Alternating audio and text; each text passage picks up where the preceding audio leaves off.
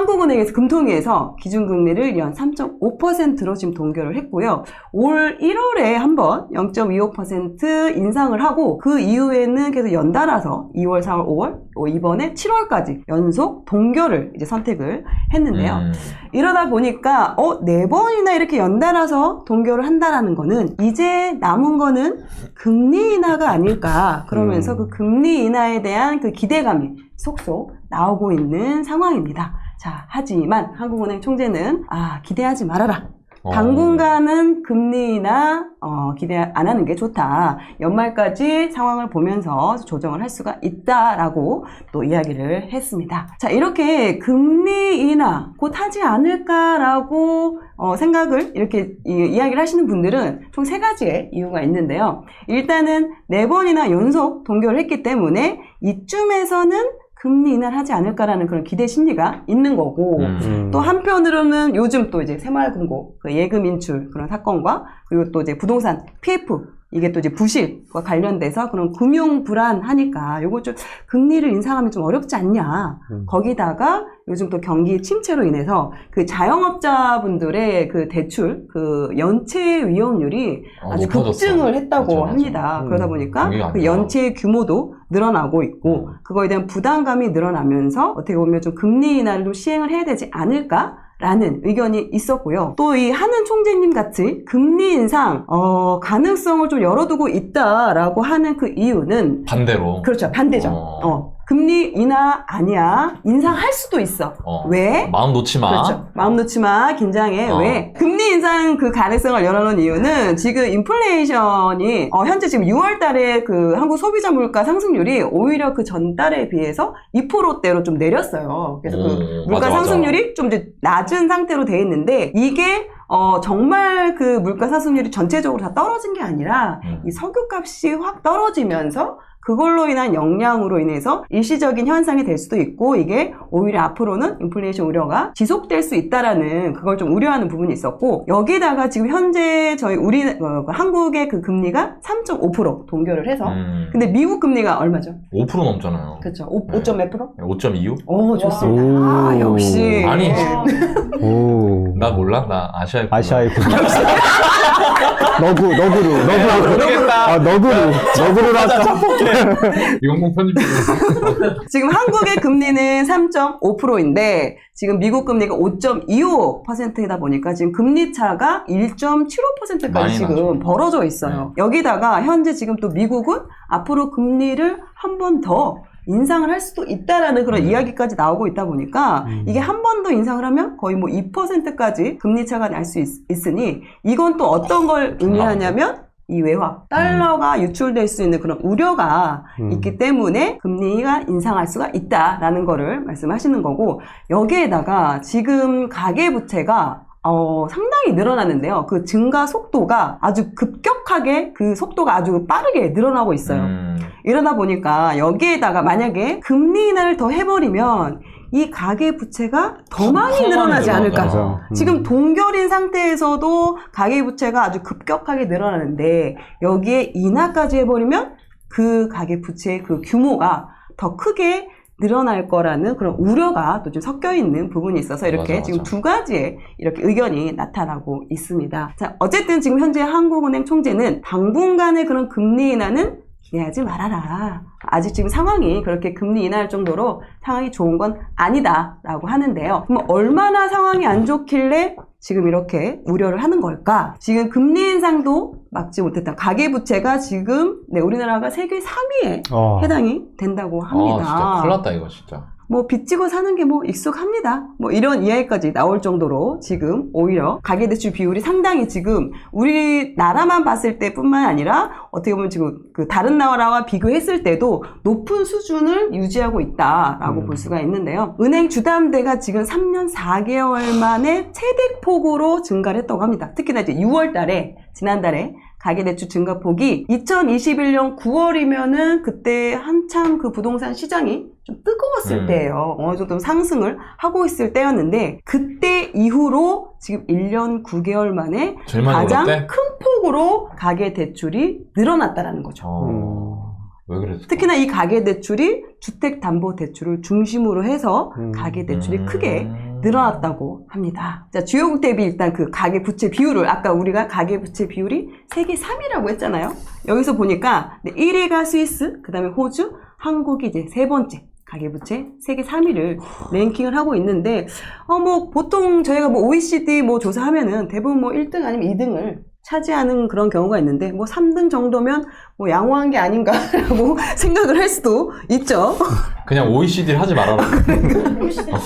안 좋은 것만 1등 할 거면. 그러니까 그런데 네. 요게 이렇게 보시면은요. 2012년에 가계부채 비율이 OECD에서 14위였어요. 와, 10년 사이에 저렇게 수직 상승한 그렇죠. 거야? 14위였는데 10년이 지난 2022년 기준으로 3위까지 아주 급격하게 올라온 거죠. 지금 우리나라하고 홍콩이 아주 그냥 급상승이네. 그렇죠, 그렇죠.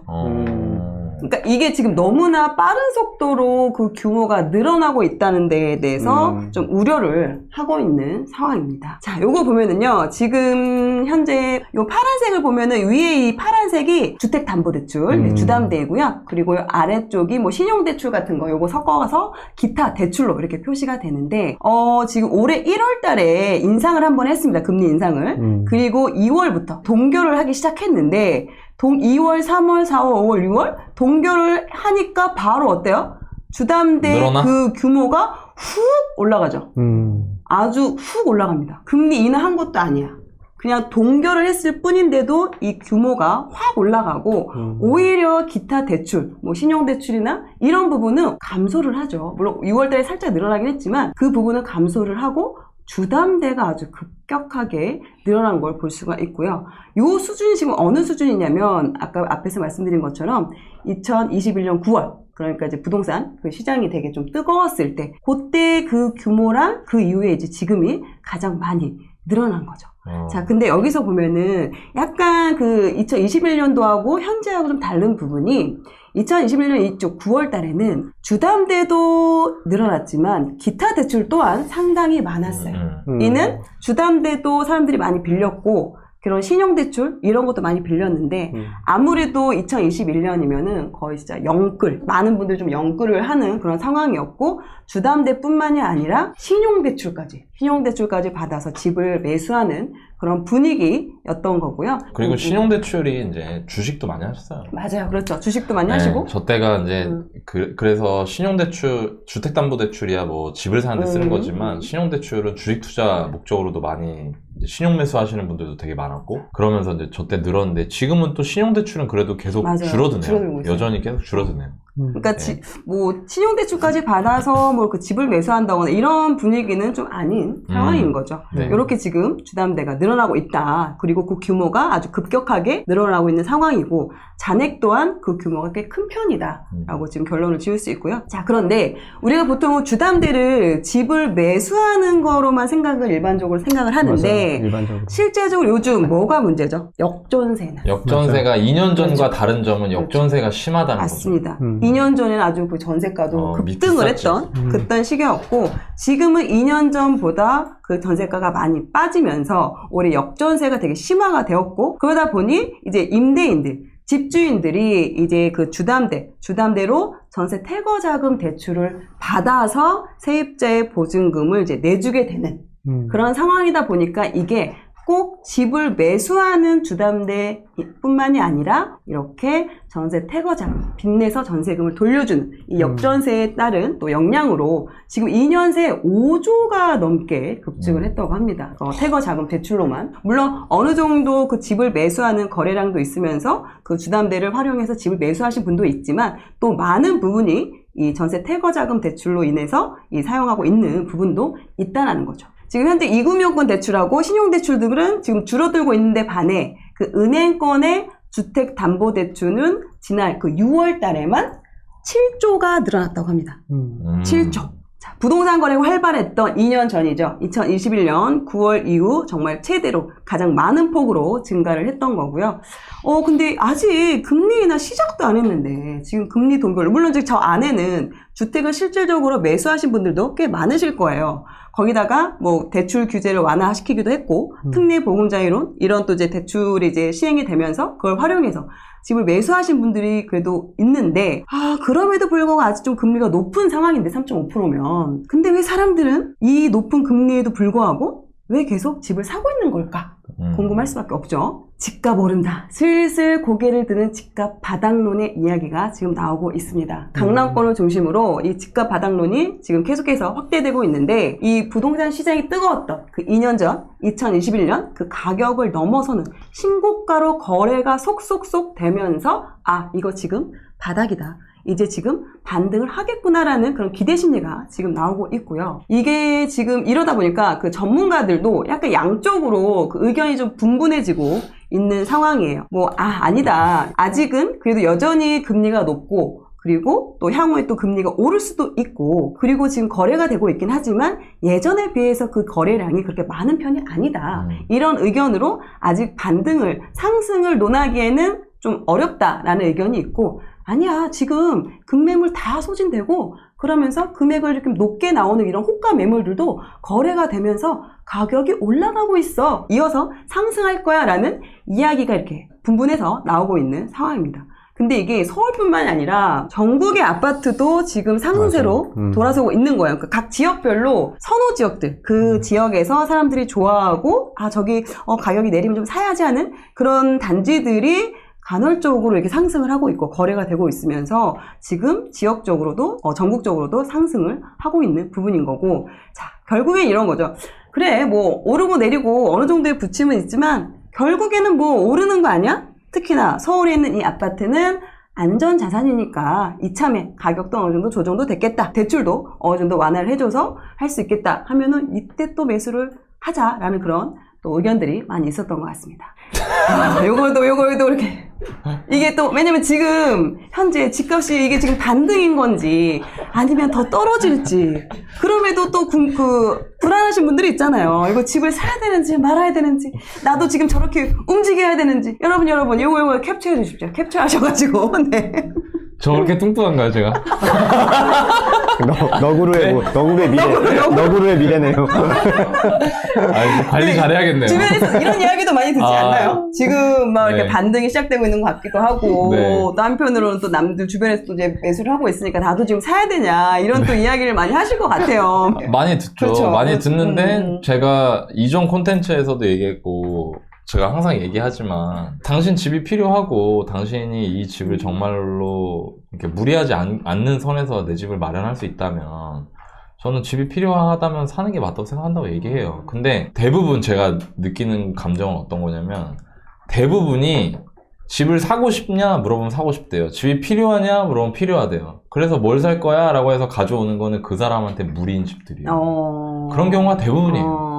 네, 그러니까 또 똑같아. 그 전에 막 할 때랑 되게 비슷해요. 상황이. 그래서 의사결정하실 때 자꾸 여러분들 제가 엄청 많이 얘기하잖아요. 오를 거냐 떨어질 거냐 가격이 오를 수 있는 요인 떨어질 수 있는 요인 이런 거에 집중하는 것보다 그것도 공부하는 건 좋아. 왜냐면 내가 의사결정의 정확도를 높일 수 있는 다양한 도구들이 되니까. 근데 가장 중요한 거는 이제 가격인 거죠. 앞에서 얘기하신 것처럼. 네, 그렇죠. 그 말씀을 저기 울부짖는 우리 저기 정대만. 이름이 대만인가요? 네, 서울 시민 정대만 씨께 말씀드리고 싶습니다. 그래, 울지 말고 눈물 뚝.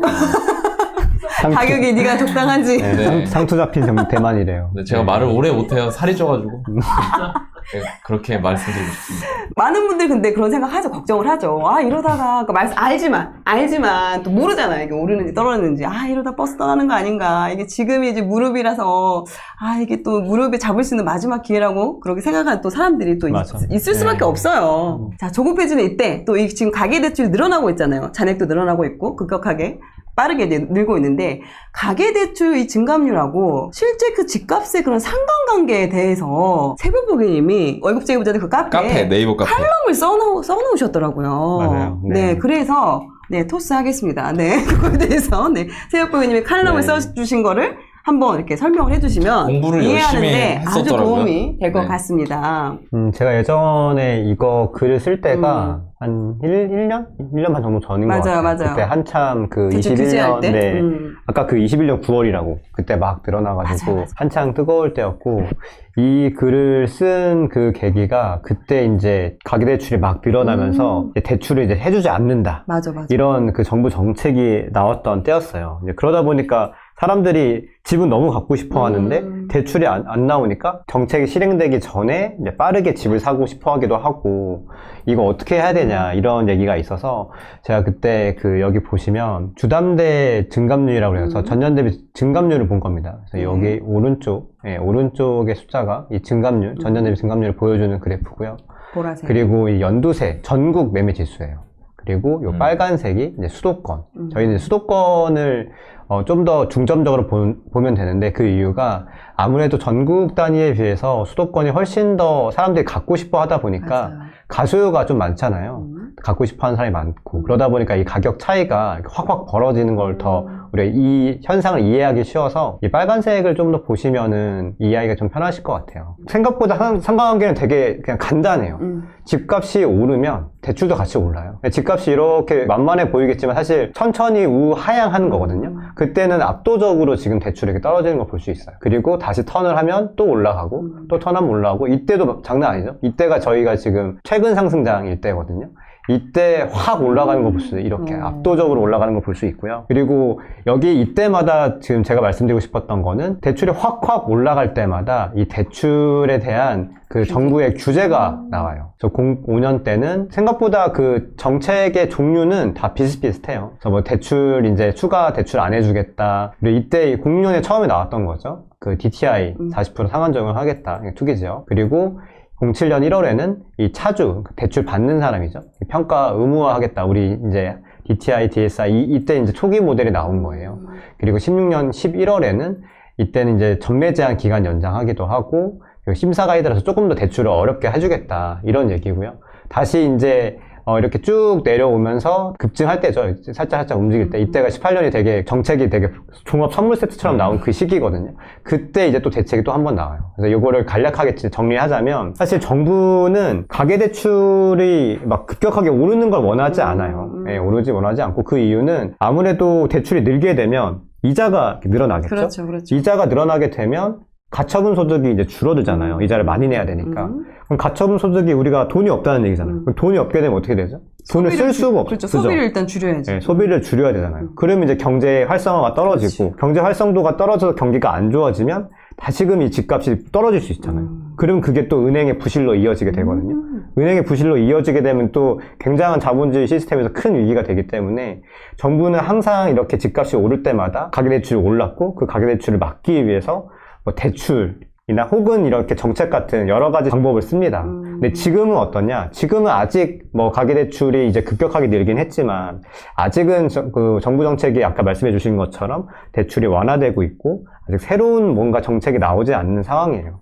여러분들이 뭔가 마음이 조급해지실 때는 이렇게 과거를 보시면서 아, 이 정도 올라야지 이 정도 대책이 나오는구나를 좀 한번 돌이켜 생각해 보시고 의사결정을 하셔도 괜찮지 않을까 라고 생각이 들었습니다. 네, 네, 좋습니다. 좋습니다.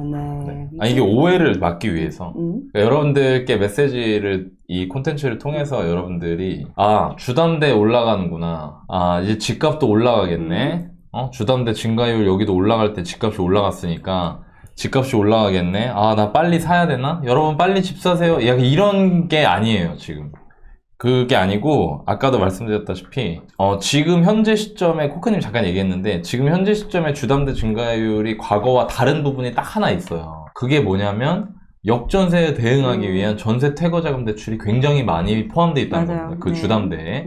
그러니까 신규로 내 집 마련을 하면서 일으키는 주택담보대출 뿐만 아니라 전세금이 떨어진 거를 돌려주기 위해서 퇴거자금 대출 형식으로 받는 담보대출도 많이 섞여 있다. 그러니까 그거를 같이 보시는 게 저는 중요하다고 생각하고요. 그걸 같이 보시는 게. 그리고 여기에는 정부에서 DSR 완화한 게 영향을 좀 줬겠죠. 정부에서 이번에 역전세 나는 경우들에 대해서 임대인들이 DSR을 한시적으로 완화해주겠다고 이걸 완화를 해줬잖아요. 그러니까 그런 부분들이 가계부채에도 영향을 주고 있다는 겁니다. 그래서 이 추세가 너무 강해지면 DSR 규제 완화해준 거나 이런 것들도 다시 원복할 수도 있다. 그러니까 이런 가능성들이 있다는 거를 여러분들이 알아두시고 대책을 세우시는 게 저는 좀 좋을 것 같아요. 또 하나, 전세 퇴거자금 대출이 늘어나는 주담대에서 얼마나 차지하는지를 보시면 정확하게 새로운 주택 매수에 사용되고 있는 주택담보대출이 얼마나 늘어나는지까지 보일 거거든요. 그런 관점을 갖고 시장을 보시면 판단하실 때 좀 도움이 될 것 같습니다.